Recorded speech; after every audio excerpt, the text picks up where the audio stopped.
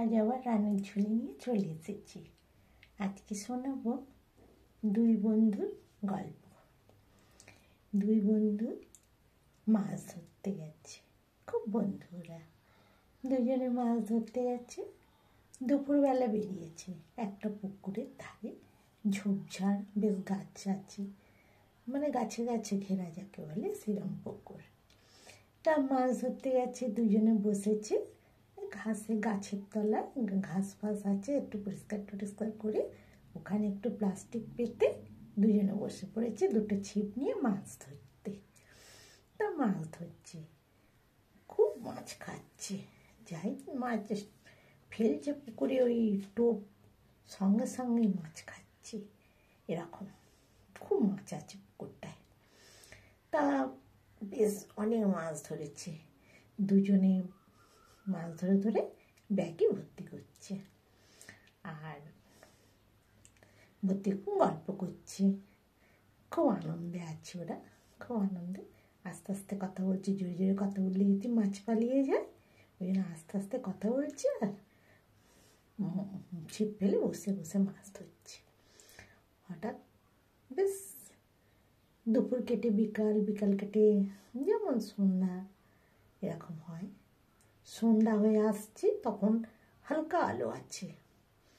তখন একটা বন্ধু বলছে চল এবার বাড়ি চলে যাই। বলছে না না, মাছ যখন খাচ্ছি তখন এখন যাব না, জানিস, আর একটু থাক। তা আস্তে আস্তে জ্যোৎস্না আলো ফুটছে, সেই আলোতেই মোটামুটি দেখতেও পাচ্ছে। হঠাৎ ছেলেটার কি মন হয়েছে যে গাছের তলায় বসে আছে, ওই গাছের উপর দিকটায় তাকিয়ে দেখেছে। দেখছে একটা সাদা কাপড় পরে গাছের ডালে, বেশ উঁচু ডালে, কি পা ঝুলিয়ে বসে আছে। তখন বুঝতে পেরে গেছে এ ভূত, এ মানুষ নয়। মানে মানুষকে আর সন্ধ্যেবেলা অন্ধকারে ওরকম গাছের ডালে পা ঝুলিয়ে বসে থাকবে? তাছাড়াও ওরা তো গাছের পাশেই বসে আছে, কখন ধরে কাকু দেখেনি, হঠাৎ সন্ধ্যেবেলা ওইটা দেখছে। তখন পাশে বন্ধুটাকে বলছে এই আর মাছ ধরতে হবে না, চলে চল। বলছে কেন? বেশ মাছ পাচ্ছে তো। বলছে না রে, অন্ধকার তো হয়ে গেছে, আর দরকার নেই, যা পেয়েছি অনেক, চল চল। তখন দু বন্ধু, নিশ্চয়ই ওর কথা শুনতে হবে, ও কেন কেন করলো দু চারবার। তা ওকে বললো না দরকার নেই, তুই চল। যতবার বলছে ততবারই বলছে চল। যখন তখন ও ছিপ গুটিয়ে নিয়েছে, নিয়ে সেই প্লাস্টিক তুলে নিয়েছে, যা মাছ পেয়েছে দুজনে মিলে নিয়ে বাড়ি ফিরে আসছে। মানে জঙ্গলের সরু পথ, সেইটা বেরিয়ে পুকুর থেকে জঙ্গলের সরু পথ বেরিয়ে মেন রোডে উঠে পড়েছে, চবড়া রাস্তায়। চবড়া রাস্তায় উঠে তখন বন্ধুটাকে বলছে জানিস কেন আমি মাছ না ধরে চলে এলাম এবার?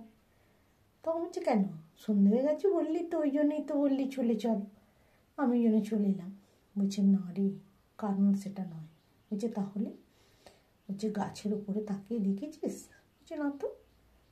বলছে আমি তো তাকিয়ে দেখেছি, একজন পা ঝুলিয়ে সাদা কাপড় পরে বসে আছে।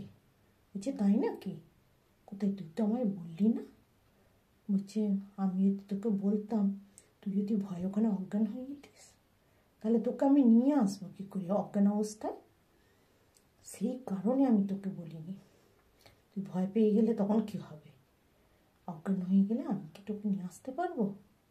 সেই জন্যে তোকে বললাম বাড়ি চলে চল, অন্ধকার হয়ে যাচ্ছে। বুঝলি, প্রাণ নিয়ে যে চলে এসেছে দুজনে, এই অনেক। তখন বলছে হ্যাঁ ঠিক বলেছিস তো, আমি তো এদিক ওদিক তাকাইনি, আমি তো মাছের দিকে তাকাচ্ছি, শুধু ফাতনার দিকে, মাছ খাচ্ছে আর তুলছি। বলছে হ্যাঁ, সব দিকে নজর রাখতে হয়, বুঝলি, সবসময় মাছ ধরতে গেছি বলে শুধু যে মাছের দিকে তাকিয়ে থাকবি তা নয়, মনে রাখবি আমরা গাছের তলায় জঙ্গলে ঢুকে বসে আছি, এইটা সবসময় মনে রাখবি। আর সময়টা অন্ধকার হয়ে আসছে আস্তে আস্তে, সেটাও খেয়াল রাখতে হবে তো। যাকে বন্ধু, তুই ভালো করেছিস রে, চলে এসেছিস।